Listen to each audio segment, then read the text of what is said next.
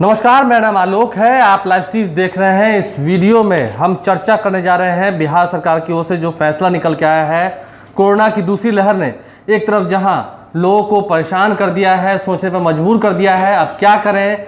कई लोगों की जानें जा रही हैं, संक्रमित मरीजों का आंकड़ा हर रोज़ बढ़ रहा है। आज अगर हम बिहार की बात करें तो बिहार में आज 8,600 से अधिक संक्रमित मरीज पाए गए हैं, जिसने कुल संक्रमित मरीजों का जो आंकड़ा है वो अब 40,000 के पार कर दिया है। जर्नलिस्ट गैशोर हमारे साथ हैं। अब से थोड़ी देर पहले बिहार के मुख्यमंत्री नीतीश कुमार मीडिया से मुखातिब होते हैं। मैं भी उस वक्त वहीं था।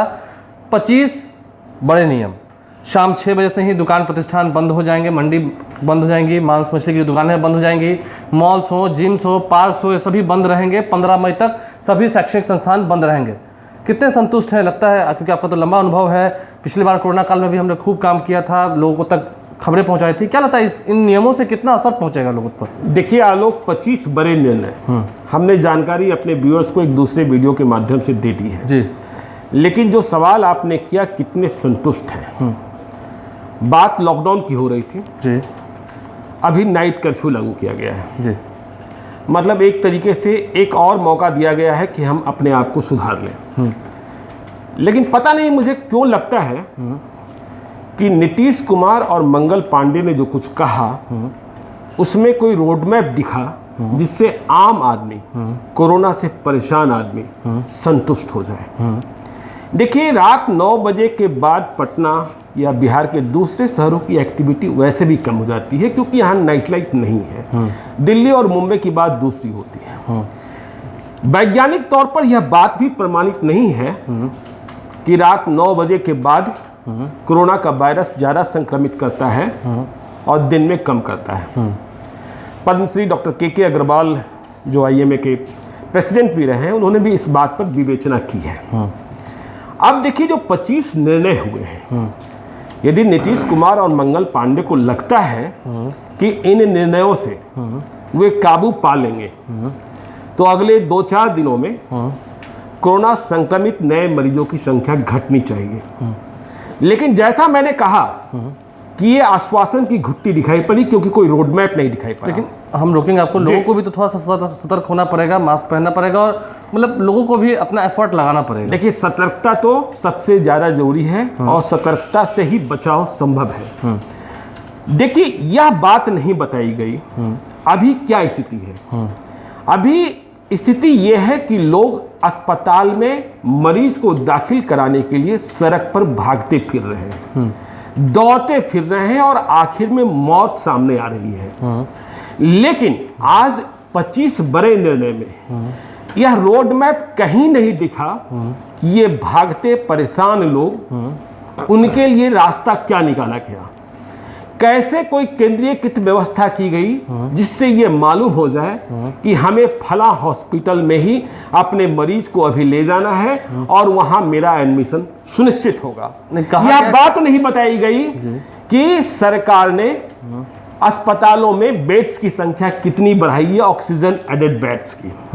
जब साल भर से ये लड़ाई चल रही है तो वेंटिलेटर कितने बढ़े, ICU की क्षमता कितनी बढ़ाई गई। देखिए, जो असली सवाल है, देखिए परेशान पब्लिक जो जानना चाहती थी सरकार से, अभी क्या हो रहा है, कोरोना पॉजिटिव और तेजी से ऑक्सीजन लेवल में कमी। इसके बाद मरीज और उनके परिजन जो खुद डरे हुए हैं, परिजन कि अब हमें भी हो सकता है, वे अपने मरीज को लेकर एक अस्पताल से दूसरे अस्पताल में, तीसरे अस्पताल में, चौथे अस्पताल में, 5वें अस्पताल में, 6ठे अस्पताल में, 7वें अस्पताल में दौड़ रहे हैं। कई लोगों की जान चली जा रही है, घंटों दौड़ लगानी पड़ रही है, फिर भी बेड नहीं मिल रहा है। क्या राज्य सरकार ने ऐसी कोई व्यवस्था की, कोई ऐसा ऐप डेवलप किया, कोई ऐसी वेबसाइट बनाई, कोई ऐसा इंफॉर्मेशन सिस्टम बनाया, क्या कोई ऐसा डैशबोर्ड बनाया जिससे यह मालूम हो जाए कि हाँ फला अस्पताल में अभी बेड है, वहां उपचार हो सकता है। बताना चाहेंगे, थोड़ी देर पहले जब प्रेस कॉन्फ्रेंस हुई थी उस दौरान ये सवाल पूछा गया था कि क्या विभाग की तरफ से कोई ऐसा डैशबोर्ड बनाया गया है, कोई ऐसा प्लेटफॉर्म बनाया गया है जहां से हम जानकारी ले सकते हैं कि किस अस्पताल में कितने बेड्स खाली हैं, कहां पर कितने ऑक्सीजन सिलेंडर्स हैं, ताकि हम अपने मरीज को सीधा ले जा सकें बिना दौड़े धूपे। मंगल पांडे की ओर से कहा गया कि इस पर विभाग अब विचार करेगा। देखिए, अभी आप विचार ही करेंगे, मौत की संख्या लगातार बढ़ती जा रही है और अभी आप कह रहे हैं हम विचार ही करेंगे। तो अस्पतालों को लेकर जो दुरूह स्थिति है, जो परेशानियां हैं, दुश्वारियां हैं, वो इन निर्णयों से कम होता दिखाई नहीं पड़ा, पहली बात। दूसरी बात, आपने कहा कि हम ऑक्सीजन की आपूर्ति सुनिश्चित करेंगे, लेकिन ऑक्सीजन की आपूर्ति सुनिश्चित करने के लिए आपके पास क्या रोड मैप है? ऑक्सीजन कहां से लोगों को मिलेगा? देखिए, ऑक्सीजन की जरूरत सिर्फ अस्पतालों को नहीं हो रही है, जो होम आइसोलेशन में लोग हैं उन्हें भी जरूरत हो रही है। जिलों में जो कोरोना उपचार केंद्र है वहां। हाँ, तो देखिए, आपने पहले ही कह दिया था कि इंडस्ट्रियल यूनिट्स को अभी ऑक्सीजन सिलेंडर्स नहीं दिए जाएंगे, लेकिन इसके बाद भी भारी किल्लत है। तो आपने कहा तो दिया, लेकिन यह नहीं बताया कि आप आपूर्ति सुनिश्चित करने के लिए ऑक्सीजन कहां से ला रहे हैं, किन प्रदेशों से ला रहे हैं। इसी का एक तरह से रिजल्ट था कि कल देर शाम को जो पत्र लिखा गया एनएमसीएच के अधीक्षक द्वारा कि उन्हें सेवा मुक्त कर दिया जाए, या तो ऑक्सीजन सिलेंडर दिया जाए, या आज खबर यह है कि वहां 250 सिलेंडर दिए गए हैं, लेकिन सवाल यह है कि आम लोग वो सिलेंडर कहां से प्राप्त करें। ठीक है, यह व्यवस्था भी नहीं की गई। तीसरी बात, जो महत्वपूर्ण बात जिसकी चर्चा आज दिन में भी हमने की थी, पहले भी की थी, आरटीपीसीआर टेस्ट की रिपोर्ट। मैंने पहले भी बताया था कि 2 दिन, 4 दिन, 5 दिन, 7 दिन का वक्त लग रहा है। अब सोचिए, 7 दिन का वक्त लगेगा। मुख्यमंत्री नीतीश कुमार ने भी इस बात को स्वीकारा कि हाँ, 7 दिन का वक्त लगने की शिकायतें आ रही है, इस शिकायत को हम दुरुस्त करेंगे। लेकिन यह कहां बताया गया कि कितने घंटे में कहां से यह सुनिश्चित किया जाएगा कि आपकी आरटीपीसीआर रिपोर्ट मिल जाएगी, देखिए समय पर। हाँ, समय पर पीएमसीएच चले जाइए। एंटीजन टेस्ट कराने के लिए जिस तरीके से भीड़ टूट रही है, जिसे कोरोना पॉजिटिव नहीं होगा वह भी कोरोना पॉजिटिव हो जाएगा। तो मैंने आज दिन में भी बताया था कि प्राइवेट टेस्ट सेंटर्स जो हैं वहां भी जो टेस्ट किट है वो नहीं है। तो इस समस्या का समाधान भी नहीं निकला।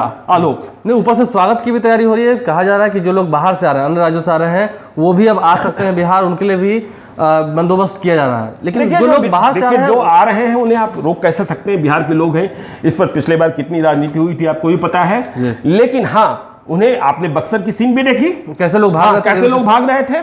तो सवाल, जो बुनियादी सवाल है जिसे जनता जानना चाहती थी, आपने कहा शादी और श्राद्ध में 100 लोग ही रहेंगे। अब श्राद्ध में तो 25 लोग कर दिए। नहीं, वो दफन और संस्कार में। हाँ, शादी और श्राद्ध में 100 लोग। देखिए, इस बात की भी वैज्ञानिक प्रामाणिकता नहीं है कि 100 लोग रहेंगे तो कोरोना नहीं होगा, और 100 लोग से कम रहेंगे या 100 लोग से अधिक रहेंगे तो कोरोना हो जाएगा। अभी हमने एक दृष्टांत देखा। 2 अप्रैल को पटना में ही आईएमसी की एलुमनाई की मीटिंग थी। बहुत मुश्किल से 30-40 लोग थे और बहुत सोशल डिस्टेंस मेंटेन कर बैठे हुए थे। उन्हीं में से राहुल चंद्रा, नूरसराय की वीडियो, आईएमसी के प्रोडक्ट रहे हैं, वो बीमार पड़ते हैं और उनकी मौत हॉस्पिटल में हो जाती है। देखिए, अब जब हॉस्पिटल की हम बात कर रहे हैं, कल राहुल चंद्रा के मसले में ही यह खबर किसी और सूत्र से फैलने लगी कि राहुल चंद्रा की मौत हो गई हॉस्पिटल के भीतर। लेकिन वहां जो उनके अटेंडेंट्स मौजूद थे, देखिए, अटेंडेंट्स को भीतर जाने नहीं दिया जा रहा है, और जो सिस्टम बनाया गया है उसमें प्रॉपर जानकारी भी नहीं मिल रही है। तो उनके अटेंडेंस डॉक्टर से सुनने के लिए या जानने के लिए कि सच क्या है, असलियत क्या है, घंटों परेशान रहे। तो ये जो कम्युनिकेशन सिस्टम है, जो अटेंडेंट है, जो परिजन है, उन्हें अपने मरीज के बारे में जानने का हक है। मोबाइल भी नहीं लेना दिया नहीं, ठीक है, चलिए, आपको जो रोकना है रोक लीजिए, लेकिन समय से वो व्यवस्था कीजिए। और जो सबसे बड़ी बात मैंने कहा ना कि आश्वासन की घुट्टी, कि आपने यह बात बताई ही नहीं कि हॉस्पिटल में मरीज भर्ती कैसे होगा। इसके लिए आप कौन सेंट्रलाइज, आपने बात कर दी रेमडेसिविर, बहुत बड़ी बात है। देखिए, रेमडेसिविर के लिए, रेमडेसिविर बिल्कुल वो कहते हैं लाइफ सेविंग ड्रग है इस मामले में, लेकिन रेमडेसिविर नहीं मिल रहा है। मैंने बड़े बड़े लोगों को पैरवी करते हुए देखा है। मेरे मोबाइल में 50 रिक्वेस्ट हैं। कई जगहों पे तो ब्लैक मार्केटिंग खबर नहीं, ब्लैक मार्केटिंग तो छोड़ दीजिए ना, आदमी जान जाती है तो आदमी ब्लैक भी खरीदने को तैयार होता है, वो भी नहीं मिल रहा है आलोक। तो आपने कहा कि रेमडेसिविर की उपलब्धता सुनिश्चित करेंगे, लेकिन यह उपलब्धता कहाँ सुनिश्चित कराई जाएगी, किन अस्पतालों में सुनिश्चित कराई जाएगी, किन दुकानों में सुनिश्चित कराई जाएगी, और किस आधार पर सुनिश्चित कराई जाएगी। देखिए, रेमडेसिविर अब राजनीति का अखाड़ा भी होता जा रहा है कि कहा जा रहा है कोई प्रदेश इतना ले जा रहा है। तो ये भी डैशबोर्ड होना चाहिए कि, और एक जानकारी होनी चाहिए कि रेमडेसिविर इन नियमों के तहत, इस प्रेस्क्रिप्शन के तहत फला दुकान पर उपलब्ध है, जिन्हें जहां जरूरत है। देखिए सबसे अच्छी तो बात ये होगी कि हॉस्पिटल्स में ही उपलब्ध करा दिया जाए, ताकि पेशेंट के जो अटेंडेंट हैं उन्हें यहाँ वहाँ, आप जिस ब्लैक मार्केटिंग की बात कर रहे हैं उस ब्लैक मार्केटिंग पर हम ही चर्चा कर रहे हैं कि यदि हॉस्पिटल में ही मिल जाए, आपको जो बिलिंग करनी है कर लीजिए, आप एमआरपी पर बिलिंग कर लीजिए, ठीक है, तो आप एमआरपी पर बिलिंग कर लीजिए, दवा तो दीजिए। तो ये बात समझ में नहीं, जो बुनियादी सवाल था कि हॉस्पिटल कैसे मिले, ऑक्सीजन कैसे मिले, वेंटिलेटर कैसे मिले, जान बचाने की लड़ाई चल रही है। ये नाइट कर्फ्यू लगा देने से और ये जो तमाम चीजें हुई हैं, ठीक है, आपने सिनेमा हॉल बंद किया, जिम बंद किया, ठीक है, ये तो सोशल गैदरिंग बंद होनी ही थी, होना भी चाहिए था, पहले ही हो जाना चाहिए था, क्योंकि नीतीश कुमार ने स्वयं स्वीकारा कि लगातार संख्या बढ़ती जा रही है। जब वे प्रेस कॉन्फ्रेंस कर रहे थे तब तक 8,690 नए केसेज आ गए थे, जो लगातार बढ़ती संख्या का नमूना था। और इस बात की गारंटी, यदि 25 बड़े निर्णय, मैं फिर से अंतिम में वही बात कहता हूं कि यदि इन 25 निर्णयों से नियंत्रण हो जाना है तो आने वाले 2-4 दिनों में संख्या घटती दिखाई पड़नी चाहिए, मृत्यु कम होती दिखाई पड़नी चाहिए। लेकिन ऐसा हो जाए बहुत अच्छी बात है, लेकिन मुझे लगता है कि और भी बेहतर व्यवस्था और भी अच्छी सुविधाएं देने की जरूरत है। मतलब एक ऐसी जगह बनानी चाहिए जहां पर आम लोग जो है पहुंच सके, देख सके क्या व्यवस्थाएं सरकार की तरफ से की गई हैं, कहां पर कितनी किस हॉस्पिटल में कितनी बेड्स हैं, कितने बेड्स हैं और कहां जाएं, कैसे जाएं, जहां वहां हमारी आपदा के समय में कुछ सूचना नहीं है सामने में, लगता है कितनी जल्दी कोई हमें, यदि आप 8 घंटा 10 घंटा इसी दौड़ने में लगा देंगे कि कौन सा हॉस्पिटल, एम्बुलेंस दे देंगे, एम्बुलेंस तो अंतिम में आप कहेगा कि ठीक है हम यहाँ गए वहां गए वहां गए, और जब आदमी बिल्कुल जीवन और मौत से लड़ रहा है तो 10 घंटा 8 घंटा हॉस्पिटल को हासिल करने में ही, हॉस्पिटल में भर्ती होने में ही वक्त लग जाएगा, तो आप समझ सकते हैं ना कि जिंदगी तो और हाथी चली जाएगी। नहीं, कई जगहों पर ऐसे केसेस आए हैं कि मौत हो जाती है लोगों की। खैर नहीं, मौत तो हो ही रही है। और इस बार देखिए गंभीर बात यह है कि जब 2020 में कोरोना से लड़ाई थी तो उसमें सीनियर सिटीजन्स थे या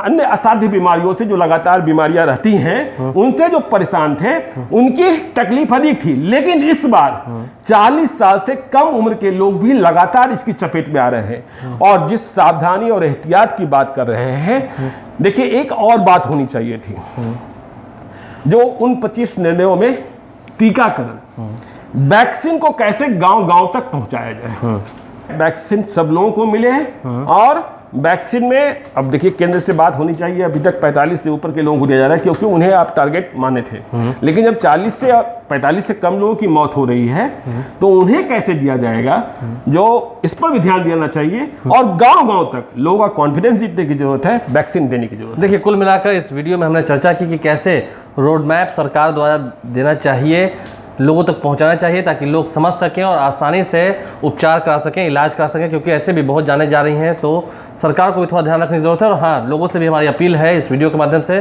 कि आप ज़रूर सतर्कता बरतें, सचेत रहें, मास्क लगाएं, साबुन से अपने हाथों को लगातार साफ करते रहें, सैनिटाइज़र का इस्तेमाल करें। और हाँ, अगर बहुत ज़रूरी काम ना हो घर से मत निकले, घर में रहें, परिवार भी सुरक्षित रहेगा, आप भी सुरक्षित रहेंगे। हमारे चैनल को सब्सक्राइब कर लें, साथ साथ फेसबुक पेज भी लाइक करें। धन्यवाद।